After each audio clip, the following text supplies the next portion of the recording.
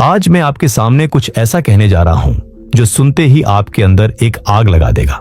सवाल यह है, क्या आप उस आधे अधूरे ईसाई जीवन से थक चुके हैं जहां आप बचा लिए गए हैं, चर्च जाते हैं, प्रार्थना भी करते हैं, लेकिन अंदर से कुछ खालीपन सा लगता रहता है? वो सामर्थ्य कहां है जो बाइबल में वादा की गई है? वो आजादी कहां है? वो पवित्र आत्मा की जलती हुई आग कहां है? मैं आपको एक कड़वा लेकिन बिल्कुल सच्चा सच बताता हूं, आप कभी भी पवित्र आत्मा की पूरी सामर्थ्य में नहीं चल पाएंगे अगर आप अभी भी अपने शरीर की भूखों को लगातार खिलाते जा रहे हैं। और मैं यहां सिर्फ बड़े बड़े पापों की बात नहीं कर रहा, मैं उन छोटी छोटी समझौतों की बात कर रहा हूं। आलस्य, आराम की लालसा, हर तकलीफ से भागना, फोन में घंटों डूब जाना, मनोरंजन की लत, ये सब मिलकर शरीर को और मोटा कर रहे हैं और आत्मा को दबा रहे हैं। गलातियों 5:17 में साफ लिखा है कि शरीर की इच्छाएं आत्मा के विरोध में है और आत्मा की इच्छाएं शरीर के विरोध में। ये दोनों एक दूसरे के खिलाफ है। ये कोई छोटी मोटी खींचातानी नहीं, ये रोज का युद्ध है। और इस युद्ध में आप हर दिन दो में से एक को खिलाते हैं, या तो शरीर को या आत्मा को। जो ज्यादा खिलाया जाता है वही जीत जाता है। यही वजह है कि आप अटके हुए महसूस करते हैं। यही वजह है कि आप बचे तो हैं लेकिन आजाद नहीं। आपकी आत्मा परमेश्वर के करीब जाना चाहती है, लेकिन जीवन गुनगुना सा रह जाता है, क्योंकि आप पवित्र आत्मा से भरा जीवन जीने की कोशिश कर रहे हैं, जबकि शरीर को वो सब कुछ दे रहे हैं जो वो मांगता है। लेकिन सच्चाई ये है कि पवित्र आत्मा उस जगह में जगह नहीं लेता जहां यीशु ने क्रूस पर जिन चीजों को मारा वो अभी भी जिंदा घूम रही है। ये वीडियो कोई साधारण बिहेवियर चेंज की बात नहीं कर रहा, ये ट्रांसफॉर्मेशन की बात है। उस चीज को मारने की जो आपको मार रही है और उस चीज को जगाने की जो परमेश्वर ने आपके अंदर रखी है। आज मैं आपको 6 ऐसी आत्मिक आदतें बताने जा रहा हूं जो आपके शरीर को पूरी तरह कुचल देंगी और आत्मा को जागृत कर देंगी। ये कोई धार्मिक रस्में नहीं है, ये राज्य के हथियार हैं। अगर आप इन्हें सचमुच अपनाएंगे तो आपकी जिंदगी बदल जाएगी। नकली शांति खत्म, उथला विश्वास खत्म, सूखी प्रार्थनाएं खत्म, सामर्थ्यहीन ईसाई जीवन खत्म। ये उन लोगों के लिए है जो अब चर्च खेलना बंद करना चाहते हैं और सचमुच सामर्थ्य में चलना चाहते हैं। सबसे पहली आदत है उपवास। अगर आप शरीर को सचमुच मारना चाहते हैं तो सिर्फ पाप को भूखा नहीं मारना, उस पूरी व्यवस्था को भूखा मारना पड़ेगा जो पाप को जिंदा रखती है। और सबसे तेज तरीका है उपवास। हमारा शरीर लगातार खिलाया जा रहा है, खाना, मनोरंजन, आराम, तारीफ, कंट्रोल। हर बार जब हम उसे खिलाते हैं वो और जोर से चिल्लाता है। लेकिन उपवास एक झटके में कहता है, तू यहां बॉस नहीं है। यीशु ने मत्ती 6 में कहा, जब तुम उपवास करो, ध्यान दे, जब न कि अगर। चेलों के लिए उपवास वैकल्पिक नहीं था, क्योंकि उपवास दुनिया की भूखों को बंद कर देता है ताकि आत्मा परमेश्वर की आवाज साफ सुन सके। ये लालच की आवाज को कमजोर करता है, आत्मिक संवेदनशीलता को रिसेट करता है और कई जंजीरें तोड़ता है जो सिर्फ प्रार्थना से नहीं टूटती। मरकुस 9:29 में यीशु ने कहा कि कुछ दुष्ट आत्माएं प्रार्थना और उपवास के सिवा नहीं निकलती।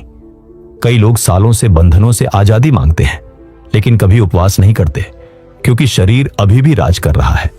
उपवास सजा नहीं, शुद्धिकरण है। यह आपको स्पष्टता देता है, ब्रेक थ्रू देता है, दिल को फिर से परमेश्वर के लिए भूखा बनाता है। छोटे से शुरू करो, एक भोजन छोड़ो, सोशल मीडिया छोड़ो, वो चीज छोड़ो जो तकलीफें आते ही तुम्हारे पास दौड़ती है। और जब भूख लगे तो उससे भागो मत, उसमें घुस जाओ। उपवास आपको दिखा देगा कि आप किस चीज के गुलाम हैं, और यही तोहफा है। अब आप कुछ अलग चुन सकते हैं। उपवास आत्मा को जगह देता है, शरीर को गद्दी से उतारता है और दिल को उस स्थिति में लाता है जहां परमेश्वर की आवाज सालों से इंतजार कर रही थी। दूसरी आदत है रोज परमेश्वर के वचन पर मनन करना। आप आत्मिक युद्ध इसलिए हार रहे हैं क्योंकि आप कमजोर नहीं, कुपोषित हैं। शैतान को इससे ज्यादा खुशी किसी बात से नहीं होती। शरीर शोर मचाता है, मनोरंजन, डिस्ट्रैक्शन, सुन्न होना, लेकिन आत्मा सिर्फ सच्चाई पर जीवित रहती है और सच्चाई परमेश्वर के वचन में है। यीशु ने कहा, मनुष्य केवल रोटी से नहीं, परमेश्वर के मुख से निकलने वाले हर वचन से जीवित रहेगा। अगर बाइबल आपका रोज का भोजन नहीं है तो आप आत्मा को भूखा मार रहे हैं। इसीलिए आप बार बार उसी पाप में गिरते हैं। भावनाएं आपको कंट्रोल करती हैं। प्रलोभन सच्चाई से मजबूत लगता है। आप शरीर को दिन में 3 बार खिलाते हैं और आत्मा को हफ्ते में 1 बार। परमेश्वर का वचन हथियार है, आत्मा की तलवार। हर बार जब आप बाइबल खोलते हैं, आप लड़ रहे होते हैं। झूठ, भ्रम, डर, वासना, अभिमान को काट रहे होते हैं। सुबह सबसे पहले क्या उठाते हो? फोन या बाइबल? जो पहले उठाते हो वही लीडर बन जाता है। वचन मन नया करता है, विश्वास बढ़ाता है, दिल को जांचता है, आत्मा को जगाता है। अगर आप रोज इसमें नहीं हैं तो गिरते रहोगे। ये कानूनी बात नहीं, जीवित रहने की बात है। शैतान को कोई परवाह नहीं अगर आप रविवार को चर्च जाए, बस बाइबल बाकी दिन बंद रहे। तो रोज खोलो, निगलो, मनन करो, याद करो, इसे अपने ऊपर बहने दो। जब वचन आपके अंदर जिंदा होगा, शरीर कंट्रोल में नहीं रह पाएगा। तीसरी आदत है उत्कट प्रार्थना। प्रार्थना बैकअप प्लान नहीं, पूरा बैटल प्लान है। बहुत से लोग आत्मिक रूप से सूखे हैं क्योंकि प्रार्थना उनके लिए आखिरी विकल्प है। लेकिन शरीर को कुचलने और आत्मा को जगाने के लिए उत्कट दिल से निकली प्रार्थना चाहिए, वो जो दुष्ट आत्माओं को घबरा दे। याकूब 5:16 कहता है कि धर्मी की उत्कट प्रार्थना बहुत प्रभाव डालती है। जब आप प्रार्थना करते हैं, स्वर्ग हिलता है, नर्क पीछे हटता है, आत्मा ऊपर उठती है और शरीर नीचे बैठ जाता है। प्रार्थना मुश्किल लगती है क्योंकि शरीर को उससे नफरत है। शरीर कंट्रोल चाहता है, प्रार्थना सरेंडर करवाती है। इसलिए जैसे ही प्रार्थना करने बैठते हो, फोन बजता है, नींद आती है, यादें आती हैं। ये युद्ध है, लेकिन बिना प्रार्थना के आप सामर्थ्य में नहीं चल सकते। यीशु खुद अक्सर एकांत में जाकर प्रार्थना करता था। अगर परमेश्वर के पुत्र को इसकी जरूरत थी तो हमें कितनी ज्यादा। प्रार्थना रिश्ता है, डायलॉग है, उपस्थिति है। कई लोग चिंतित और थके इसलिए हैं क्योंकि अपनी समस्याएं सबको बता रहे हैं सिवाय परमेश्वर के। जब आप उसके सामने अकेले होकर दिल उंडेलते हो, रोते हो, इंतजार करते हो, स्तुति करते हो, तब आत्मा जागती है। प्रार्थना अभिमान, चिंता, आत्मनिर्भरता, डिस्ट्रैक्शन सब मारती है। तो प्रार्थना को अपना रिदम बनाओ, अपना ईंधन बनाओ। जब आप परमेश्वर से लोगों से ज्यादा बात करोगे, आपकी आत्मा फलेगी फूलेगी। चौथी आदत है रोज का पश्चाताप। आप उस चीज को नहीं मार सकते जो आप अभी भी छिपा रहे हैं। आधुनिक कलीसिया ने पश्चाताप की सामर्थ्य लगभग भुला दी है। हम अनुग्रह और आशीषें तो चाहते हैं, लेकिन पश्चाताप गंदा और अपमानजनक लगता है। लेकिन बिना रोज के पश्चाताप के आप कभी आत्मिक सामर्थ्य में नहीं चल पाएंगे। मैं उस गहरे पश्चाताप की बात कर रहा हूं जैसा दाऊद ने भजन 51 में किया। हे परमेश्वर, मेरे अंदर शुद्ध मन उत्पन्न कर, मुझे अपनी उपस्थिति से दूर न कर, उद्धार का आनंद मुझे फिर दे। पश्चाताप एक बार का इवेंट नहीं, रोज की मुद्रा है। हर सुबह कहो, प्रभु मुझे जांच, शुद्ध कर, सुधार, जो तेरे जैसा नहीं उसे मार डाल। शरीर अंधेरे में पनपता है, बहानों में जीवित रहता है। मैं तो इंसान हूं, परमेश्वर मेरे दिल को जानता है। हां, वो जानता है, इसीलिए आपको पश्चाताप के लिए बुला रहा है, आजाद करने के लिए। जब आप पाप कबूल करते हो, आत्मिक यात्रा मजबूत होती है। पश्चाताप अभिमान मारता है, चक्र तोड़ता है, चंगाई का दरवाजा खोलता है। एक यूहन्ना 1:9 कहता है कि अगर हम पाप मान लें तो वो क्षमा और शुद्ध करता है।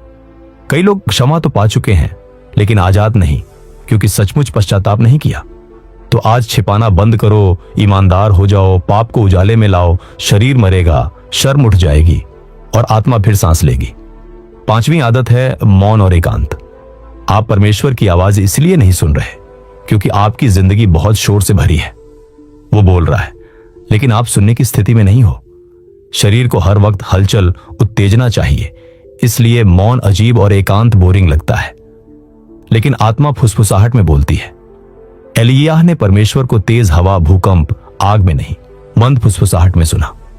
अगर आप उस आवाज को सुनना चाहते हो तो मौन की आदत डालो। फोन बंद, म्यूजिक बंद, स्क्रॉलिंग बंद, बस शांत। यीशु भी अक्सर एकांत में जाकर प्रार्थना करता था। अगर उसे लोगों से अलग होने की जरूरत थी तो हमें कितनी। आपकी आत्मा को रविवार के प्रवचन से ज्यादा रोज के शांत पलों की जरूरत है।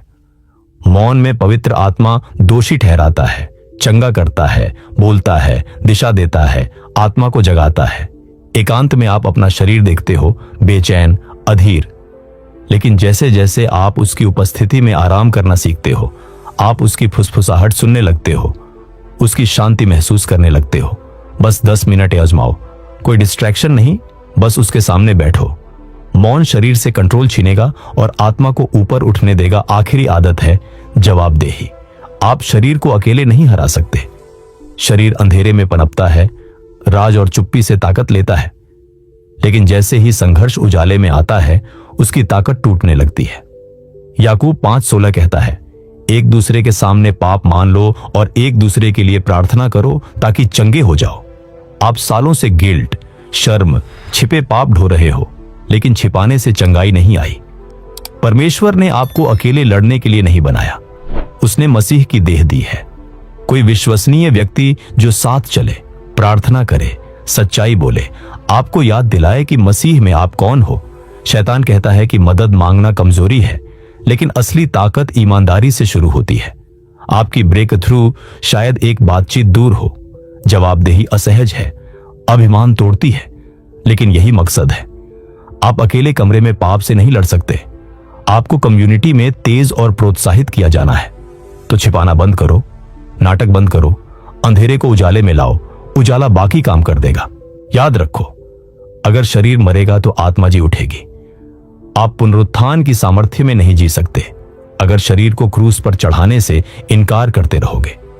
पवित्र आत्मा उन चीजों के साथ जगह नहीं बांटता जिन्हें यीशु ने क्रूस पर मारा। उसने आपको बंधे और सुन्न रहने के लिए नहीं, आजादी के लिए छुड़ाया। और वो आजादी इन आदतों से शुरू होती है। उपवास, रोज वचन पर मनन, उत्कट प्रार्थना, रोज पश्चाताप, मौन और एकांत, सच्ची जवाबदेही। ये हथियार हैं, लाइफलाइन है, सामर्थ्य का रास्ता है। आपको अटके रहने की जरूरत नहीं, उथले विश्वास से समझौता करने की जरूरत नहीं। आप आजाद हो सकते हो, भरे हुए हो सकते हो, फिर से आग पर सेट हो सकते हो। गलातियों 2:20 कहता है, मैं मसीह के साथ क्रूस पर चढ़ाया गया हूं। अब मैं जीवित नहीं, मसीह मुझ में जीवित है। ये नई हकीकत है। लेकिन आपको रोज चुनना है। शरीर को मारो, आत्मा को खिलाओ और ऐसे चलो जैसे पुनरुत्थान आपके अंदर अभी हो रहा है। परमेश्वर आपको आशीष दे। और इस वीडियो को ज्यादा से ज्यादा लोगों तक शेयर करें ताकि वो लोग भी आशीष पा सकें। हम फिर मिलेंगे अगली वीडियो में, इसलिए चैनल को सब्सक्राइब जरूर कर लेना।